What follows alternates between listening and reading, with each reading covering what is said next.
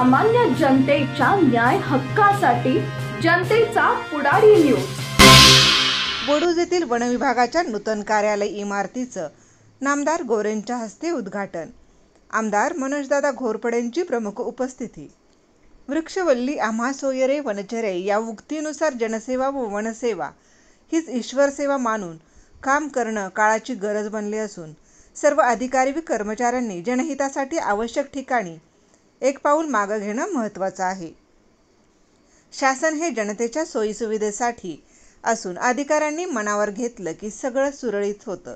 सर्वच अधिकाऱ्यांनी जनहिताला महत्त्वपूर्ण कामांसाठी प्राधान्य द्यावं अशा सूचना ग्रामविकास व पंचायत राज मंत्री नामदार जयकुमार गोरेंनी केल्या। वडूज तालुका खटाव येथील वन विभागाच्या नूतन कार्यालय इमारती उद्घाटन व आनंदवन प्रकल्प शुभारंभ प्रसंगी मंत्री गोरे बोलत होते।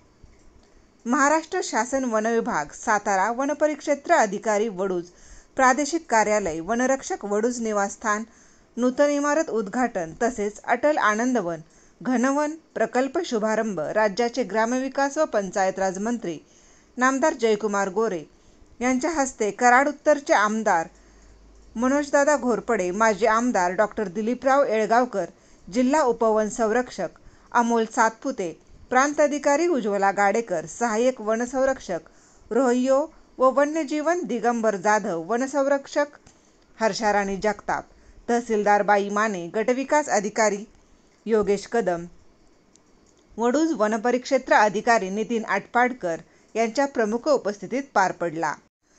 आमदार मनोज घोरपडे यांनी वन विभागाच्या कामाचं कौतुक करत या विभागाने जनतेसाठी अधिकाधिक सोयीस्कर काम करावीत असं मत व्यक्त केलं। तर वन विभाग हा जनहितासाठी नेहमीच तत्पर असून यापुढेही लोकहिताला प्राधान्य दिलं जाईल असं मत जिल्हा उपवन संरक्षक यांनी व्यक्त केलं।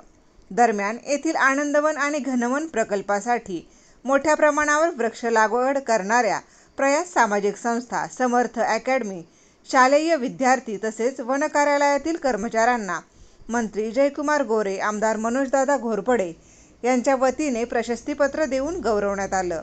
यावेळी माजी जिल्हा परिषद सदस्य प्राध्यापक बंडा गोडसे सर, भाजप मान खटाव विधानसभा प्रमुख सोमनाथ भोसले, भाजप युवा नेते विशाल बागल, भाजप जिल्हा उपाध्यक्ष संजय शेठ शितोळे, नगराध्यक्षा रेश्मा श्रीकांत बनसोडे, पोलीस निरीक्षक घनश्याम सोनवणे, माजी नगराध्यक्षा मनीषा काळे, उपनगराध्यक्ष सोमनाथ जाधव, वडूज नगरपंचायत मुख्याधिकारी सतीश चव्हाण, स्वीय सहाय्यक अभिजित काळे यांच्यासह वन विभाग, महसूल विभाग व नगरपंचायतचे सर्व कर्मचारी, वडूज नगरीचे सर्व नगरसेवक, प्रयास सामाजिक संस्थेचे पदाधिकारी, पत्रकार बांधव आणि ग्रामस्थ मोठ्या संख्येने उपस्थित होते।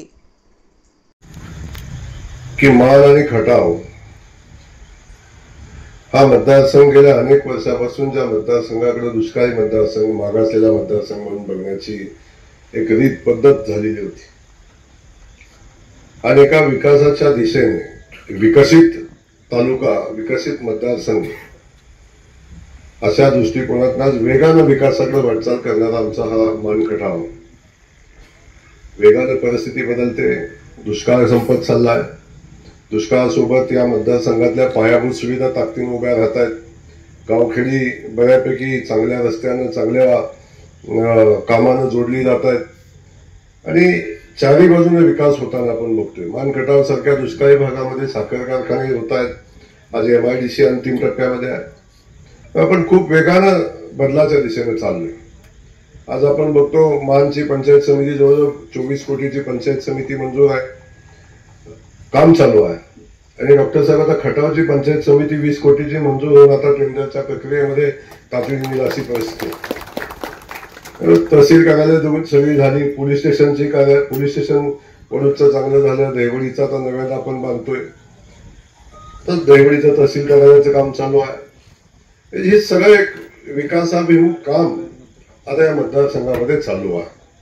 छोटी छोटी ऑफिस आहेत, आता आमच्या इथं बघतोय आपण वन परिक्षेत्राचं ऑफिस, गेल्या अनेक वर्षापासून या ऑफिसची आवश्यकता होती आणि ऑफिस आज या ठिकाणी एवढं सुंदर ऑफिस या ठिकाणी आज होतंय आणि त्याचा शुभारंभ आज या ठिकाणी होत असताना आपल्याला मनापासून आनंद आहे।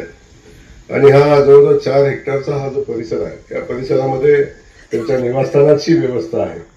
आणि निवासस्थानासोबत हा सगळा परिसर जो 4 हेक्टरचा आहे, याच्यामध्ये आता जवळजवळ 4000 वृक्ष लागवड झालेली आहे. आणखीन 8000 वृक्ष लागवड करून हा एक खूप सुंदर असा परिसर, वडूज आपल्या नगरीच्या वैभवामध्ये भर पाडेल असा पद्धतीचा हा परिसर आता तयार झालेला आपल्याला बघता येईल. त्यामुळं बदलत्या परिस्थितीमध्ये हे एक विकासाचं मोठं काम आपल्या तालुक्यात होत असताना वन क्षेत्रातल्या वन खात्यामध्ये सुद्धा आज या इमारतीमुळे खूप मोठ्या त्यांच्या वैभवामध्ये भर पडलेली आपल्याला या ठिकाणी दिसेल. आपल्याला सगळ्यांना माहिती आहे की खूप मोठं वनक्षेत्र या देशामध्ये, राज्यामध्ये आणि आपल्या गावामध्ये पण आहे. पण हे वनक्षेत्र जपण्याची सगळ्यांची आपली जबाबदारी आहे. कारण आपण बघतो आता पाऊस कधी पडतो याची गॅरंटी नाही, उन्हाळा कधी येतो याची गॅरंटी नाही, कधी काय होईल याची गॅरंटी नाही. ग्लोबल वॉर्मिंगचा इश्यू एवढा मोठा निर्माण झालेला आहे, त्यातून हे निसर्गामध्ये असमतोल झालेला आहे. दिवसेंदिवस बघतो उष्णता वेगानं वाढताना आपण पाहतोय. आणि तेव्हा अशा परिस्थितीमध्ये जर आपल्याला काय वाचवू शकतं तर आपल्याला वन खातं, वनक्षेत्र आणि झाडं हेच आपल्याला वाचवू शकतात. हे या निमित्तानं सांगताना मला या ठिकाणी मनापासून आनंद होतो. पण आपल्या आनंदापेक्षा आपली गरज महत्वाची आहे. तेव्हा झाडे लावा आणि देश वाचवा ही फक्त घोषणेपुरतं मर्यादित नाही, तर झाडे लावणं ही काळाची गरज आता आहे.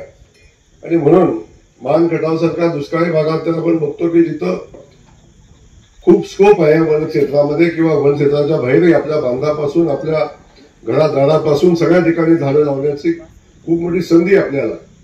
त्यामुळं झाडं लावणं हा सगळ्यात मोठा काम. आता पाणी आपल्याकडे आलंय, तर पाण्याचा विषय मला वाटतं बहुतांश संपत आलाय. येणाऱ्या 2-3 वर्षामध्ये पाणी हा विषय आता आपल्याकडून संपून जाईल.